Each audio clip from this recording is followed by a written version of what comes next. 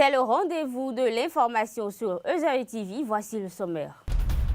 Les fidèles musulmans célèbrent le Maouloud, la naissance du prophète Mohammed, en ce jour au Bénin.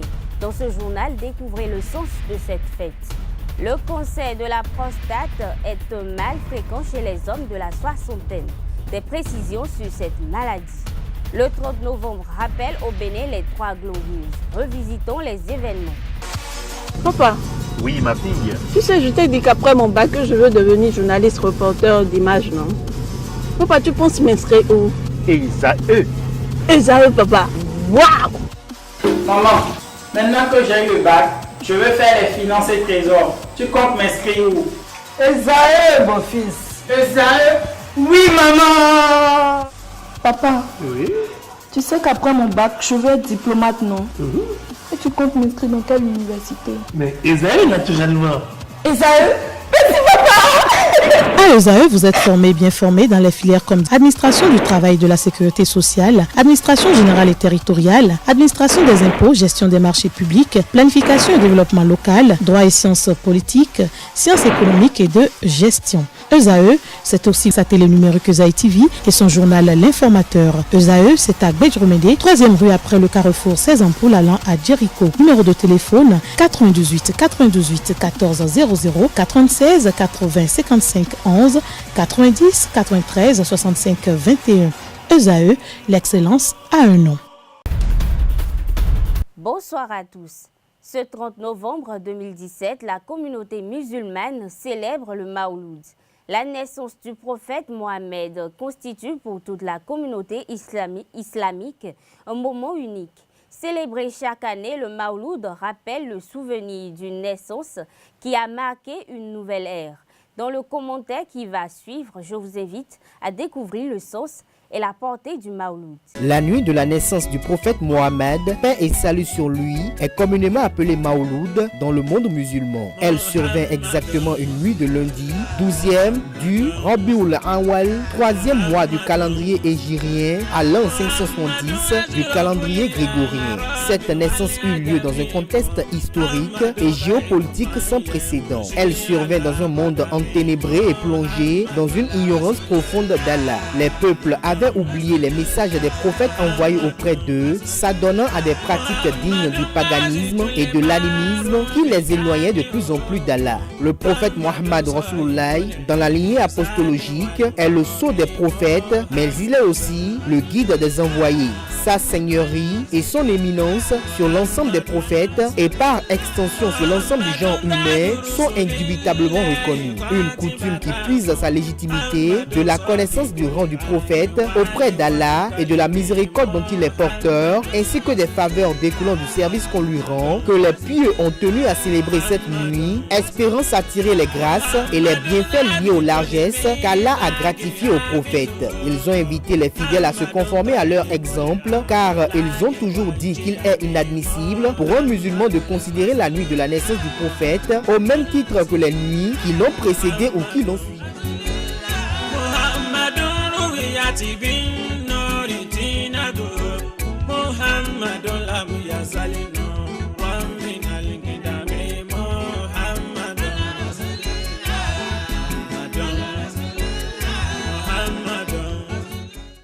Le collectif des syndicats des travailleurs du port autonome de Cotonou a évoqué lors de sa récente sortie médiatique les enjeux d'une gestion déléguée au port autonome de Cotonou. Une présentation qui résulte de sa participation inclusive à un atelier à Boyko sur la problématique et ce sous l'égide du ministre Hervé Heromé en son temps. Je vous invite à suivre Urbé Kanlissou, secrétaire général du syndicat national des travailleurs du port autonome de Cotonou-Centrapac pour plus d'explications. Il a retenu de cette communication que le modèle dominant en Afrique francophone est celui des ports autonomes qui sont des sociétés publiques, c'est-à-dire des sociétés d'État avec un capital détenu par l'État. Le capital est entièrement détenu par l'État, doté de la personnalité morale et de l'autonomie financière.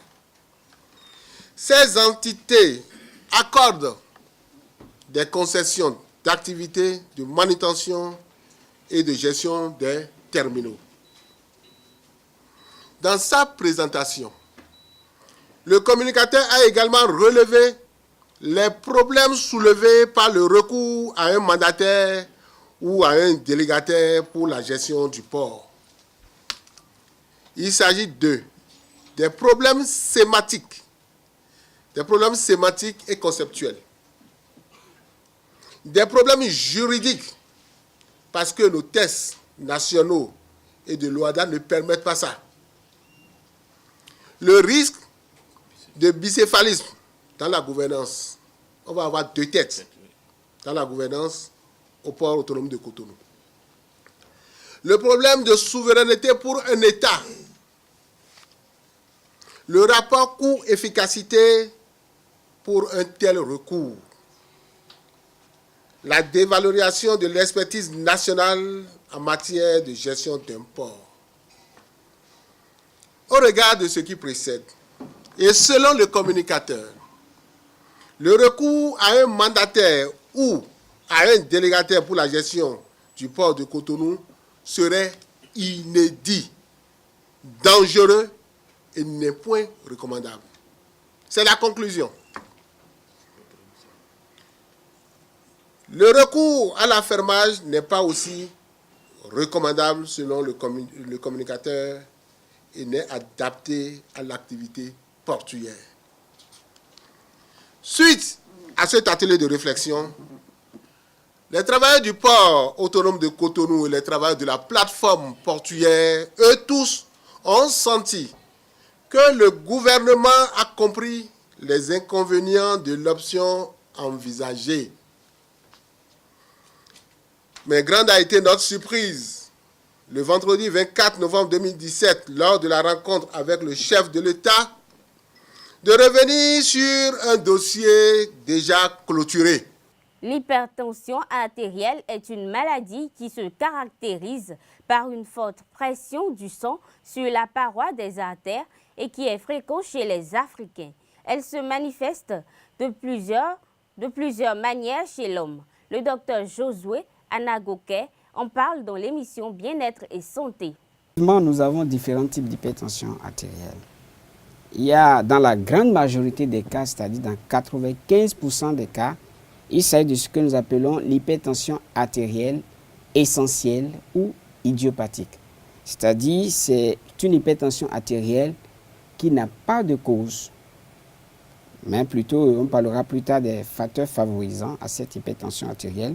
Elle représente 95% des cas. Nous avons deuxièmement l'hypertension artérielle dite secondaire, parce que c'est une situation prédisposante qui a amené cette hypertension artérielle. Et troisièmement, je parlerai de l'hypertension gestationnelle ou gravidique, c'est-à-dire c'est une tension qui apparaît au cours de la grossesse. Elle n'était pas préexistante avant la grossesse. Donc voilà la différence. C'est-à-dire que c'est une hypertension qu'on observe au cours de la grossesse. Effectivement. C'est pas que la personne souffrait déjà de l'hypertension. Pas du tout. C'est au cours de la grossesse qu'on observe ce type d'hypertension. Voilà. Alors dites-nous, comment peut-on arriver à mesurer la tension artérielle chez un individu?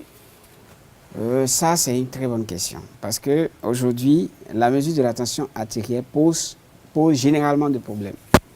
Pour prendre la tension artérielle, bon, à l'hôpital, ça, il n'y a pas de problème. Les qualifiés savent comment la prendre. Mais pour se prendre la tension artérielle, il existe plusieurs appareils actuellement. Et les appareils que nous conseillons, c'est des appareils électroniques qui sont validés. Ces appareils sont facilement manipulables. Et puis, pour prendre la tension, il faut que l'appareil ait un brassard adapté. Parce qu'il y a des sujets très obèses. Vous pouvez passer à l'aide pour plus. Voilà. Donc, je vais montrer ceci. Mais avant de prendre la tension, il faut que l'individu observe déjà un repos de 5 à 10 minutes avant de prendre la tension. Il peut prendre la tension en position couchée, comme assise. Vous voulez dire qu'un individu qui vient peut-être du sport, qui vient de finir une activité sportive, doit prendre 5 à 2 à, sinon 3 à 5 minutes environ. 5 à 10 minutes environ 5 de à 10 repos. minutes, oui, de repos avant de prendre sa tension. Voilà, avant de prendre sa tension. Maintenant, il faut bien ajuster le brassard. Le brassard doit être bien ajusté. L'individu est assis sur une chaise. Après avoir observé son repos, il a le bras posé sur une table. Et de là, il appuie. Il y a les boutons, c'est facilement faisable. Il appuie et l'appareil se charge de prendre la tension. Et il faut prendre la tension au moins 3 fois de suite, matin et soir. Et c'est la moyenne qui détermine effectivement votre tension. Et c'est quand cette moyenne-là dépasse les chiffres que nous avons donnés tout à l'heure, là on parlera d'hypertension artérielle. Le cancer de la prostate est le type de cancer le plus fréquent chez les hommes. Il s'observe le plus souvent chez les hommes âgés de la soixantaine. Mais quelles en sont les causes et les manifestations?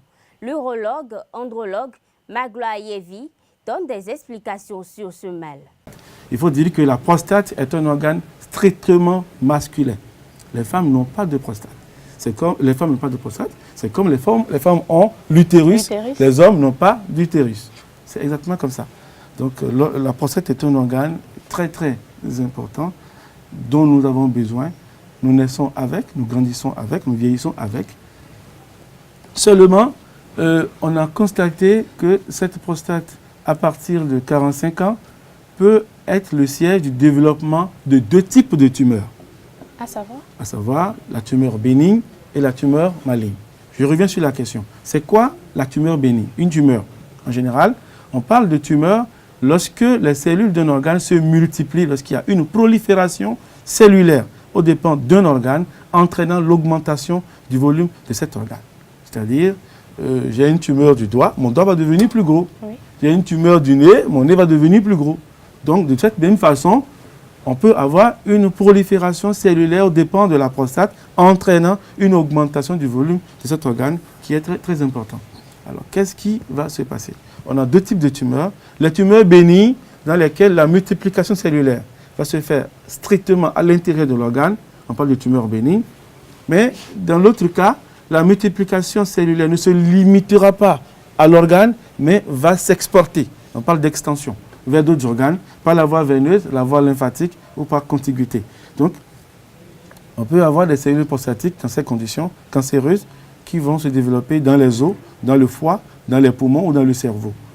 Donc, c'est cette capacité de s'exporter caractérise cette tumeur qui fait qu'on l'appelle tumeur maligne. C'est ça qu'on appelle les cancers.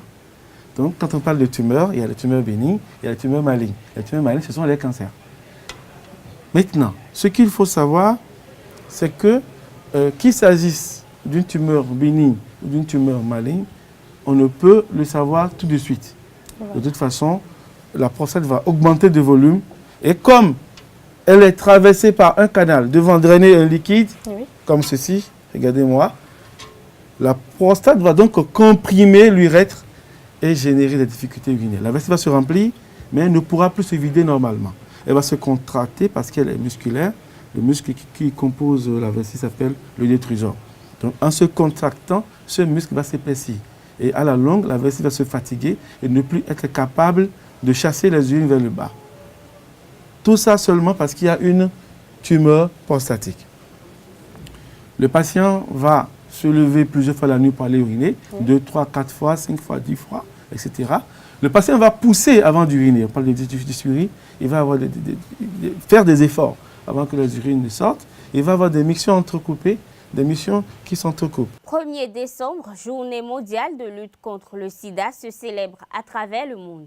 Établie en 1988 par l'Organisation mondiale de la santé, OMS, et approuvée par l'Assemblée générale des Nations unies, la journée mondiale de lutte contre le sida a lieu tous les ans à cette même date. Le thème de la campagne de cette année s'intitule « Mon droit à la santé ». Cette campagne aura pour but d'accroître la visibilité autour de la nécessité de parvenir à l'application pleine et entière du droit à la santé pour tous à travers le monde. Cette journée est aussi celle de la mémoire et du souvenir en l'honneur des personnes décédées de la maladie. 30 novembre 2017, le Bénin se rappelle des Trois Glorieuses. Il s'agit de 3 grands événements survenus tous un 30 novembre sous le régime révolutionnaire du général Mathieu Kérékou. Le 30 novembre 1972 est la première de ces 3 dates. 4 jours après le renversement du régime civil au Palais de la République, dans une déclaration radiodiffusée en direct, le nouveau chef de l'État présente à la nation le discours programme de politique nouvelle et d'indépendance nationale. 2 ans plus tard, le régime révolutionnaire a opéré le choix d'une nouvelle ligne d'action philosophique qu'est le marxisme-léninisme. Enfin, en 1975, le président Mathieu Kérékou annonce le triple événement.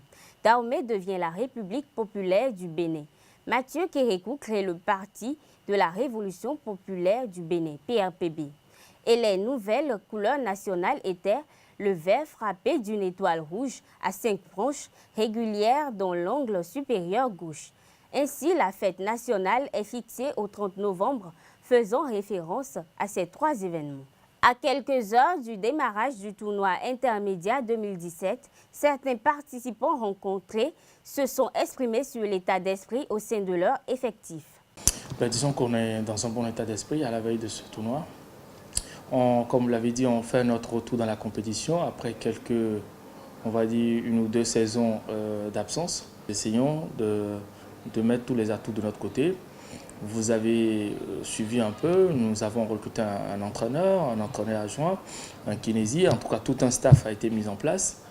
Nous organisons ce soir la conférence de presse d'avant-match de l'entraîneur.